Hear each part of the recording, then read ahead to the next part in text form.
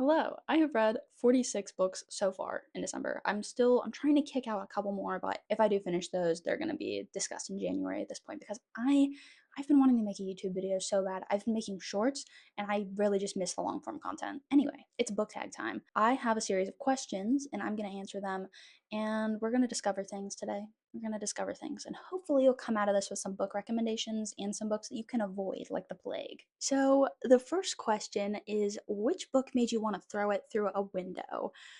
Let me think. This is actually a really hard choice because I had a couple reads this year that really made me want to peel my skin off of my body. I think that the book I wanted to throw through a window most this year, which was also disappointing, was Heavenbreaker by Sarah Wolf. This book is a pretty neat concept. It's sci-fi, which I don't read a ton of, and it was nice to dip my toes into that in 2024, but unfortunately, this book, it had so many good elements, but the execution was not there. Like, we had a bunch of morally gray characters, and they were done pretty well. Like, I was really enjoying the first part of the book. There's space jousting in these like mech suit things. It's really cool, full of really cool concepts. But unfortunately, by the end of the book, our main character hadn't changed at all. She was still struggling with the same things. She was still having like tantrums. It was just annoying to read. There was supposed to be a little like side plot of romance, but I really didn't see that at all.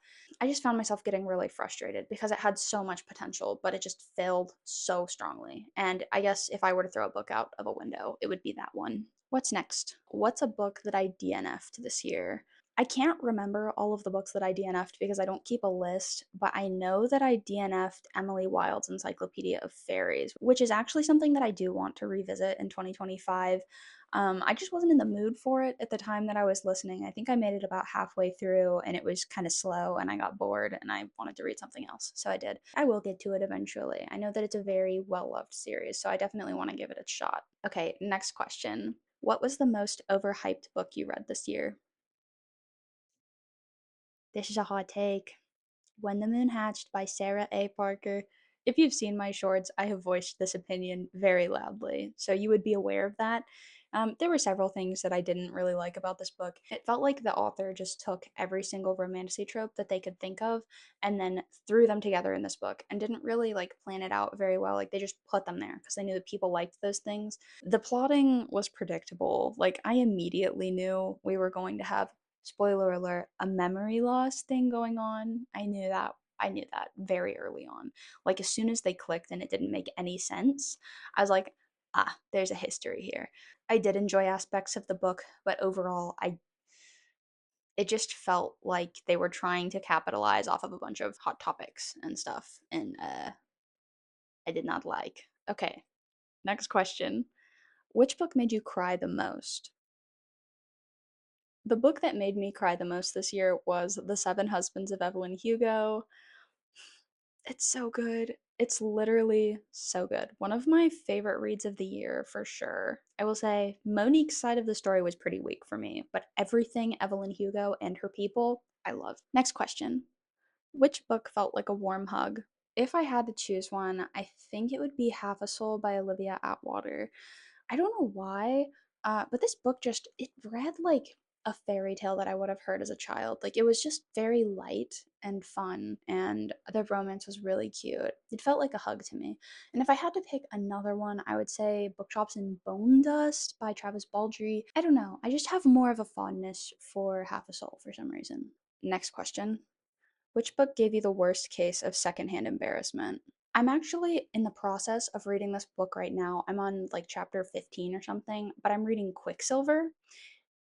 And the amount of times that Kingfisher roasts her, like verbally, it's so bad. Like, I don't know, man. I don't know if I could take it. He's actually so mean, but also I kind of like him. But I'm getting so much secondhand embarrassment because of how he just obliterates her. Like, she tries to quit back at him and he just incinerates her. She's done.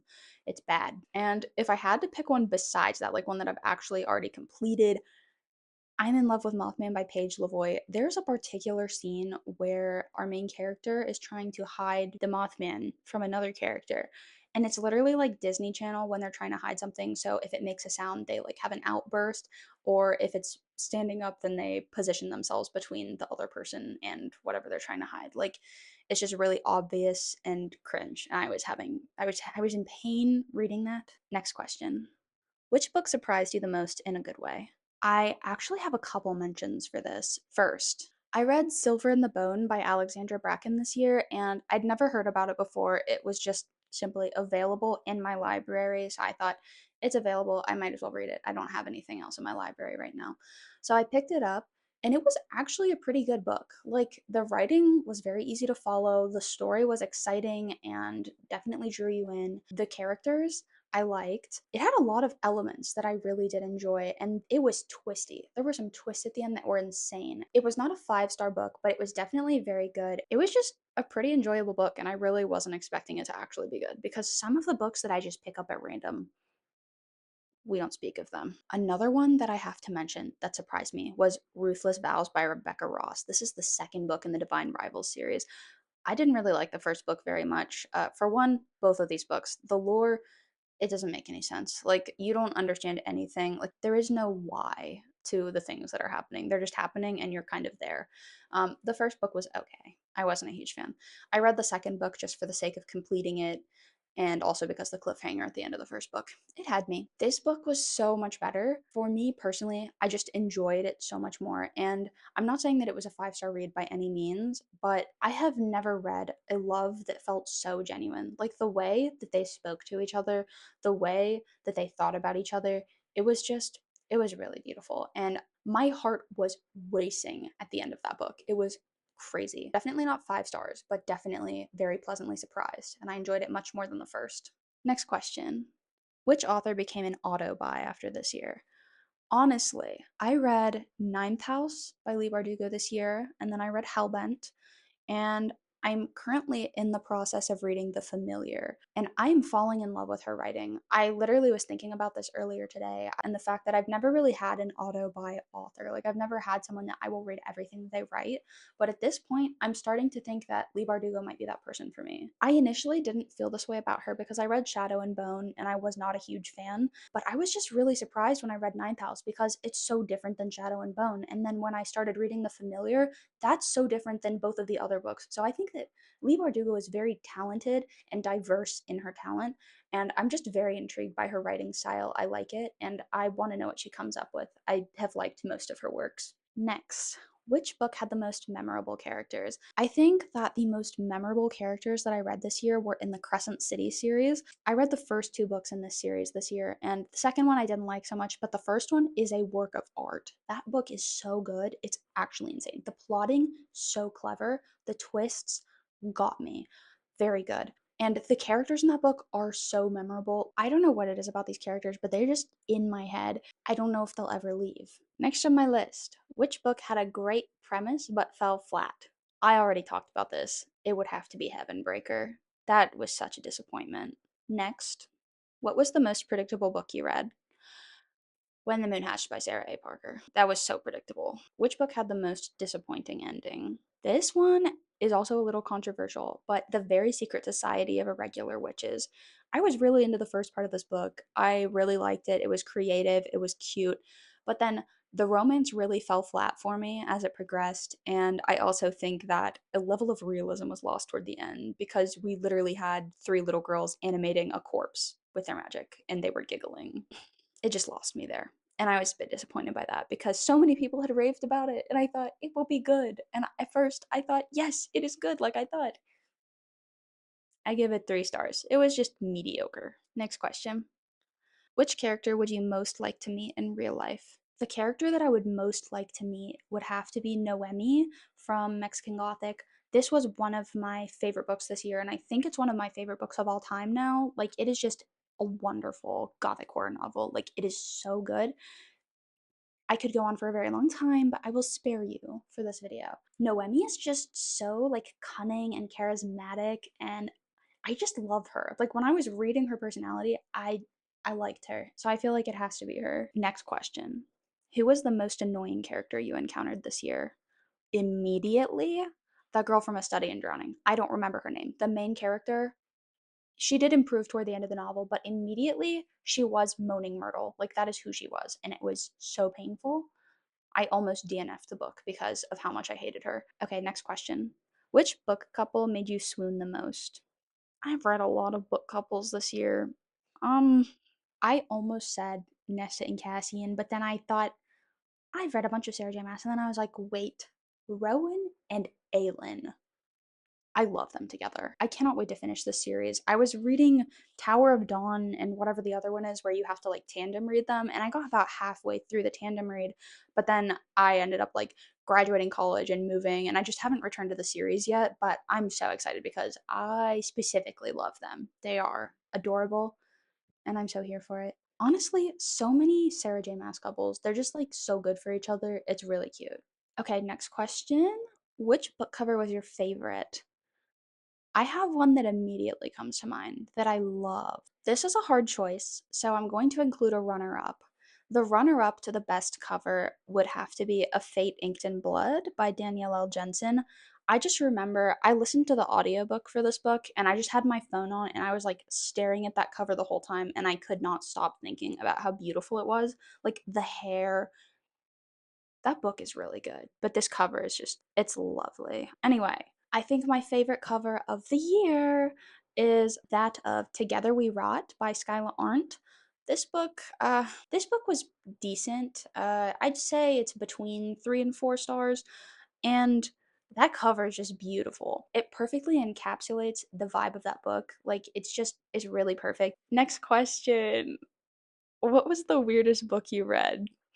I'm in Love with Mothman by Paige Lavoie. It would have to be that one, which I have a long form video coming out that's going to kind of tell you what happens in that book. It's like a I read this so you don't have to read it type of thing, which I will probably put out. I need to make sure that I can present it in a way that doesn't completely spoil the story because I'm really not just trying to capitalize on somebody else's creativity. I'm just trying to convey this book to you and also tell you that you actually should read it because I was laughing at this book at first. I thought I would laugh at it, but it's actually pretty good. It had me because it's self-aware and you just laugh with the book. And the romance actually pretty cute. Male main character actually Edward Cullen in disguise. But it was odd, that's for sure. Which book made you immediately want to reread it? I would have to say Half a Soul by Olivia Atwater. I read this and I just loved it. Yeah, that is a book that I would definitely reread and I think that I was fully aware of that like immediately upon completion. Ooh. Actually, never mind. I know my answer for this one. It is Fourth Wing by Rebecca Yarros. I know some people say it's overhyped, and I do recognize the cringe parts of the book, but it's also so good. I did technically read this book for the first time last year, but the fact that I did reread it this year, that tells you. Like that's how much I enjoyed this book. I did enjoy it slightly less on the second round because my the rose tinted glasses were gone. I had more of an analytical lens, but I still just really enjoyed it. It was fun.